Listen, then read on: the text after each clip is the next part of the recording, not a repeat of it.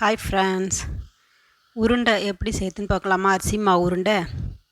இது வந்து கொஞ்சம் டிஃப்ரெண்ட்டாக இருக்கட்டுன்னு நான் வந்து அவல் எடுத்திருக்கேன். அவல் 1 கப் எடுத்திருக்கேன். வெள்ளை அவலில் சிகப்பு அவல் எடுத்திருக்கேன்.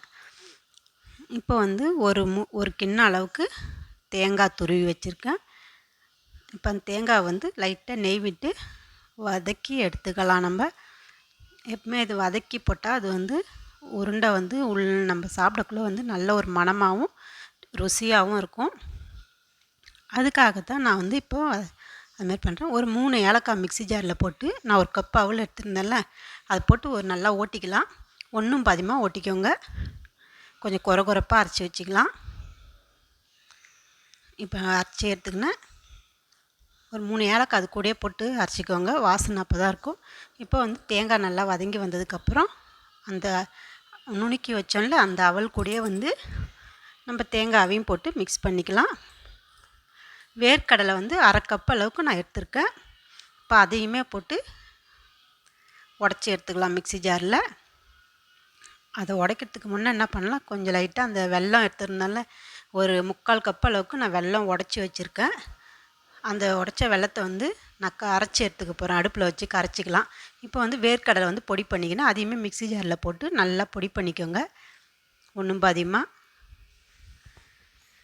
ரொம்ப நெத்தாகவும் இருக்கக்கூடாது, ரொம்ப வந்து மழமழன்னு இருக்கக்கூடாது. அப்போ தான் நம்ம மென்று சாப்பிடக்குள்ள வந்து நம்மளுக்கு வந்து வாயில் தட்டுப்படும், நல்லா ருசியாக இருக்கும். சேர்த்து அவலும் தேங்காய் வேர்க்கடலை 3மே வந்து நம்ம சாப்பிடக்குள்ள டேஸ்ட்டு நல்லா செம்மையாக இருக்கும்.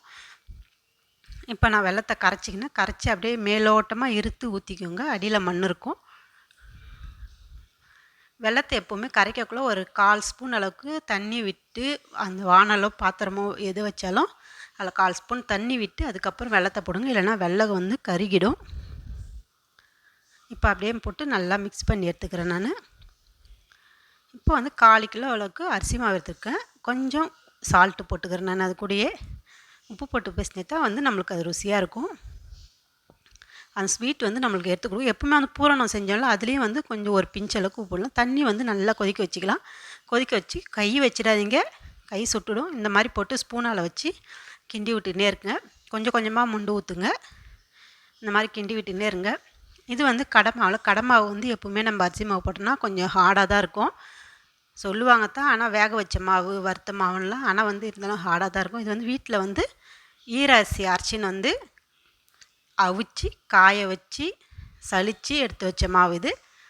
இந்த மாதிரி நீங்கள் வீட்டிலே செஞ்சு வச்சு மாவு வந்து ரெடி பண்ணி வச்சிங்கன்னா இந்த மாதிரி நம்மளுக்கு தேவைன்றப்போ ஒரு 10 உருண்டை 5 உருண்டை தேவைன்னா டக்குன்னு செஞ்சு சட்டுன்னா கொடுக்கலாம். பசங்களுக்கோ வீட்டில் இருக்கவங்களுக்கோ பெரியவங்களாம் வந்து இந்த மாதிரி அவிச்சு கொடுக்குற பொருள் வந்து எப்பவுமே நல்லது உடம்புக்கு. வீட்டில் வயசானவங்களாக இருப்பாங்க, அதுக்காக. இப்போ ஒரு இட்லி பாத்திரத்தை வச்சு தண்ணி நல்லா கொதி வரட்டும். கொதி வந்ததுக்கப்புறம் அது மேலே அப்படியே இந்த ஒரு துணி போட்டு உருட்டி வச்ச உருண்டையெல்லாம் போட்டலாம். இப்போ நான் எடுத்த மாவு வந்து ஒரு 1/4 கிலோ அளவுக்கு எடுத்தேன். எனக்கு வந்து 15 உருண்டை வந்திருக்கு.